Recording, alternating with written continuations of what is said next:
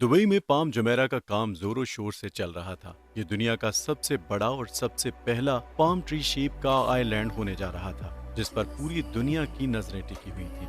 5 square kilometre के area पर फैला हुआ ये इंजीनियरिंग का एक ऐसा प्रोजेक्ट था जिसको हिस्ट्री में हमेशा याद रखा जाएगा। इंजीनियर्स को लग रहा था कि शायद इस प्रोजेक्ट में सबसे मुश्किल तरीन काम समंदर की लहरों से मुकाबला करके इस पर आइलैंड बनाना था। लेकिन उनका असल इम्तिहान तो तब शुरू हुआ जब आइलैंड पूरी तरह कंप्लीट हो चुका था। ये बात है 2003 की, जब पाम जुमेरा आइलैंड कंप्लीट हो चुका था और अब बारी थी इस पर विलास, होटल और शॉपिंग मॉल्स बनाने की। तभी ये नोटिस किया गया कि आइलैंड आहिस्ता आहिस्ता वापस समंदर में डूब रहा है। यानी अगर ये खाली आइलैंड ही समंदर का मुकाबला नहीं कर पा रहा था, तो जब इस पर हजारों बिल्डिंग्स बनाई जाएंगी तो फिर इसका क्या हाल होगा, ये इमेजिन करना किसी के लिए भी मुश्किल नहीं था।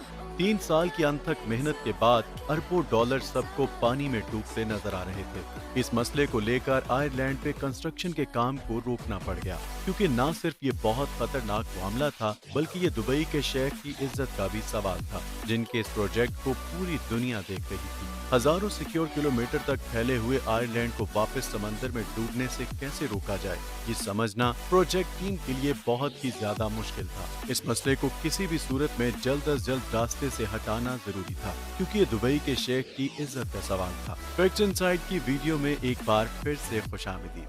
नाजरीन, अरेबियन गल्फ में 5 किलोमीटर तक फैला ये है इंजीनियरिंग हिस्ट्री का एक ऐसा मेगा प्रोजेक्ट जो दुनिया में पहले कभी नहीं देखा गया। पाम जुमेरा जो इतना बड़ा है कि उसकी असली शक्ल सिर्फ आसमान से ही देखी जा सकती है। इस पूरे आइलैंड को बनाने में हैरत अंगेज तौर पर 40 नहीं, 50 नहीं, बल्कि पूरे 900 अरब रुपयों का खर्चा हुआ था।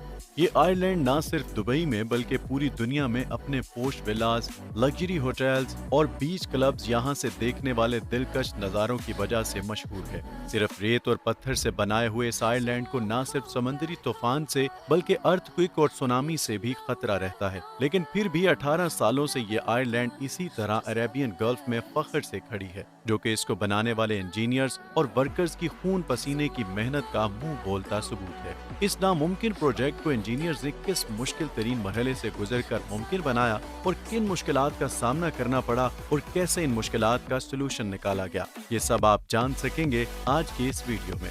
चैलेंज नंबर 1, क्योंकि दुबई के पास तेल खत्म हो रहा था, इस वजह से अब दुबई के सर्वाइवल का सिर्फ एक ही तरीका बचा था और वो था टूरिज्म।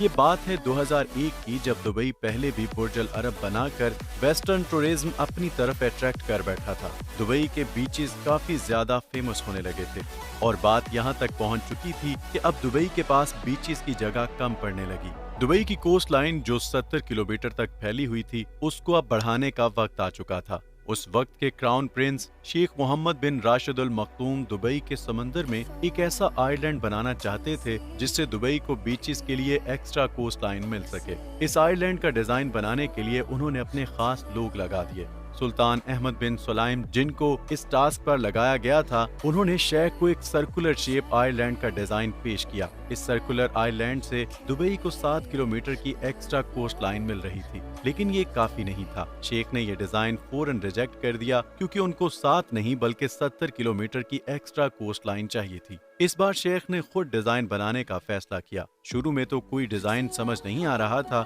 लेकिन फिर शेख खुद ऐसा डिजाइन मैदान में लेकर आए जो कुछ और नहीं बल्कि पाम ट्री की शेप थी। हैरत अंगेज तौर पर इस डिजाइन से दुबई की कोस्ट लाइन में 56 किलोमीटर का इजाफा हो रहा था। यानी दुबई की कोस्ट लाइन का 80% कागज पर डिजाइन तो बन चुका था, लेकिन मसला ये था कि आज से पहले किसी ने भी इस शेप का इतना बड़ा आइलैंड नहीं बनाया था। चैलेंज नंबर 2, चैलेंज सिर्फ ये नहीं था कि पाम ट्री शेप का आइलैंड बनाना है, बल्कि यहाँ एक पूरी सिटी को भी बसाना था, जिसमें लग्जरी विलास, शॉपिंग मॉल्स, होटल्स और रेस्टोरेंट्स बनाए जाएंगे। जब इंजीनियरिंग एक्सपर्ट से मशवरा लिया गया तो उनका मानना था कि इस आइलैंड को बनाने का सबसे आसान तरीका ये है कि इसको कंक्रीट और स्टील से बनाया जाए। लेकिन दुबई के क्राउन प्रिंस कुछ और ही चाहते थे। جی ہاں، شیخ کے پاس جو آئیڈیا تھا اس نے انجینئرنگ ٹیم کے چیلنج کو مزید بڑھا دیا تھا۔ وہ چاہتے تھے کہ آئر لینڈ کو پوری طرح سے نیچرل مٹیریل سے بنایا جائے، یعنی یہ آئر لینڈ ریت اور پتھروں سے بنایا جانا تھا۔ ایک اندازے کے مطابق اس پورے پروجیکٹ میں استعمال ہونے والی ریت اور پتھر اتنے زیادہ تھے کہ ان سے 2.5 میٹر اونچی ایک ایسی دیوار بن سکتی ہے جو حیرت انگیز طور پر پوری دنیا کا ایک گول چکر لگا سکتی ہے۔ اتنے زیادہ پتھر اور ریت کہاں سے آئے گی، یہ تو ایک الگ ہی مسئلہ تھا، لیکن دبئی کے سمندر میں ایک ایسا آئرلینڈ سٹی بننے جا رہا تھا جس کو دن رات سمندری لہروں سے مقابلہ کرنا تھا۔ اسی لیے اس آئرلینڈ کو بنانے کے لیے دبئی کے شیخ کو دنیا کی بیسٹ انجینئرنگ ٹیم چاہیے تھی۔ اس کام کو انجام دینے کے لیے ہالینڈ کی ایک کمپنی سے کانٹریکٹ کیا گیا۔ سب سے پہلے انجینئرنگ ٹیم کو یہ پلان کرنا تھا کہ پام ٹری شیپ کے آئرلینڈ کو سمندری طوفان اور خطرناک لہروں سے کیسے بچایا جائے گا۔ اس کا صرف ایک ہی سولوشن تھا کہ پام ٹری شیپ کے چاروں طرف سمندر کی لہروں کو روکنے کے لیے پتھروں سے ایک کورڈ شیپ کا ایک آئرلینڈ بنایا جائے گا، جس کو بریک واٹر بھی کہا جاتا ہے۔ اب ٹائم تھا وہ ساری کیلکولیشن کرنے کا جس سے یہ معلوم پڑے گا کہ کیا عربین گلف کے اس حصے میں بریک واٹر آئرلینڈ بنایا بھی جا سکتا ہے کہ نہیں۔ سمندر کی لہر میں جو کئی فٹ تک اونچی ہوتی ہیں اور جو اپنے بیچ میں آنے والی تمام چیزوں کو نگل بھی سکتی ہیں، کیلکولیشن سے معلوم پڑا کہ عربین گلف اس پروجیکٹ کے لیے بالکل پرفیکٹ ہے، کیونکہ گلف کے انٹری پوائنٹ تک یہ تمام لہریں اپنی پاور کو کم کر لیتی ہیں۔ لیکن طوفان کا خطرہ ابھی بھی باقی تھا جو اس آئرلینڈ سٹی کو ٹف ٹائم دے سکتا تھا۔ انجینئرز کی ابھی فائنل کیلکولیشن چل ہی رہی تھی کہ ان پر ایک ایسا پہاڑ توڑ دیا گیا جس سے مقابلہ کرنا بہت ہی زیادہ مشکل تھا۔ چیلنج نمبر 3، وہ مصیبت یہ تھی کہ دبئی کے شیخ نے انجینئرنگ ٹیم کو ریسرچ پر زیادہ ٹائم ضائع کرنے سے منع کر کے جلد از جلد کنسٹرکشن کا کام شروع کرنے کا حکم دے دیا۔ نارملی اس قسم کے میگا پروجیکٹس کو بنانے کے لیے 15 سال لگتے ہیں، لیکن شیخ نے اس پورے آئرلینڈ اور اس پر بنائی جانے والی سٹی کے لیے صرف اور صرف 5 سال دیے تھے۔ یہ ٹارگٹ ملتے ہی انجینئرنگ ٹیم کی جیسے ہوا ہی نکل گئی تھی۔ ایک طرف ان کی ریسرچ کمپلیٹ نہیں ہو رہی تھی اور دوسری طرف ان کو یہ پورا پروجیکٹ صرف 5 سالوں میں کمپلیٹ کرنا تھا، جس میں 2.5 سال آئرلینڈ بنانے کے تھے اور بقایا کے 2.5 سال آئرلینڈ پر بلڈنگز بنانے کے۔ لہٰذا بغیر ٹائم ضائع کیے 2001 میں آئرلینڈ کی آؤٹر وال یعنی بریک واٹر کی کنسٹرکشن کا کام سٹارٹ کر دیا گیا، یہ جانتے ہوئے کہ فائنل کیلکولیشن کرنا باقی تھا اور ایک چھوٹی سی بھی غلطی ایک بہت بڑی آفت کو دعوت دے سکتی ہے۔ ابھی انجینئرنگ ٹیم کو کچھ سمجھ آیا ہی تھا کہ ایک خوفناک حادثہ ہو گیا۔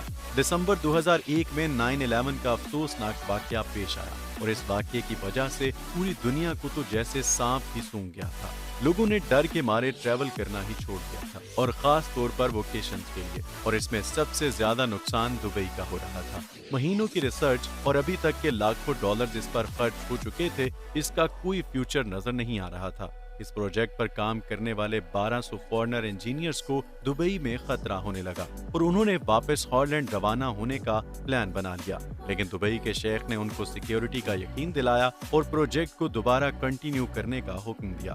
چیلنج نمبر 4، نومبر 2001 میں ایک بار پھر سے آئرلینڈ کی آؤٹر وال کا کام سٹارٹ کر دیا گیا، لیکن مسئلہ یہ تھا کہ پام جمیرہ کے ٹری شیپ کو بچانے کے لیے پہلے آؤٹر آئرلینڈ یعنی بریک وال کو بنانا ضروری تھا۔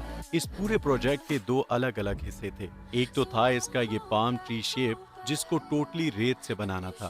ریت سے بننے والے اس پام ٹری آئرلینڈ کو سمندر کی لہریں نقصان نہ پہنچائیں، اسی وجہ سے اس کو چاروں طرف سے ایک آؤٹر آئرلینڈ پروجیکٹ کرے گا، اور یہ آؤٹر آئرلینڈ صرف ریت نہیں بلکہ یہ ہیوی پتھروں سے بنایا جائے گا۔ لیکن اتنے سارے پتھر آخر آئیں کہاں سے؟ اس آؤٹر آئرلینڈ کے لیے 5.5 ملین کیوبک میٹرز کے پتھر چاہیے تھے۔ یہ اتنے پتھر تھے کہ جن سے 2 ایجپٹ کے پیرامڈز بنائے جا سکتے ہیں۔ دبئی جہاں صرف ریگستان اور پانی پایا جاتا ہے، یہاں سے اتنے سارے پتھر ارینج کرنا کسی بھی صورت ممکن نہیں تھا۔ اس کی وجہ سے ایسکولیشن ٹیم کو یونائیٹڈ عرب ایمریٹس کی 16 الگ الگ لوکیشن پر پہاڑوں سے پتھر نکالنے کا کام کیا گیا۔ پہاڑوں کو دن رات بلاسٹ کر کے پتھروں کے بڑے بڑے پیسز نکالے جاتے تھے۔ ایک ایک پتھر 6 ٹن سے بھی زیادہ وزنی، اور ایسے لاکھوں پتھر نکال کر دبئی کے ساحل تک ٹرانسپورٹ کیے جاتے تھے، اور یہاں سے آگے آئرلینڈ سائڈ تک ان پتھروں کا سفر بڑی بڑی شپس میں ہوتا تھا۔ حیرت انگیز طور پر صرف ایک دن میں 40,000 ٹن پتھر آئرلینڈ سائڈ تک پہنچائے جاتے تھے۔ یہ ٹوٹل 217 بوئنگ 747 جہاز کے وزن کے برابر بنتا ہے۔ दिन गुजरते गए और आउटर आइलैंड आहिस्ता आहिस्ता अपनी शक्ल दिखाने लगा। लेकिन क्या ये इतना मजबूत था भी कि नहीं? जिन पत्थरों को समंदर में डालकर ये आउटर आइलैंड बनाया जा रहा था, उनमें से अगर एक भी पत्थर सही पोजीशन में नहीं रखा गया तो आइलैंड किसी भी वक्त तबाही का निशाना बन सकता है। ये चेक करने के लिए डाइवर्स 30 मीटर पानी के नीचे जाते थे और हर एक पत्थर की पोजीशन चेक करके बाहर बैठी टीम को ओके का सिग्नल देते थे। नाज़रीन, पाम जुमेरा का ट्री, जिसको सिर्फ रेत से बनाया जाना था, इस आइलैंड में लगने वाली रेत का वजन 13 लाख टन से भी ज्यादा था।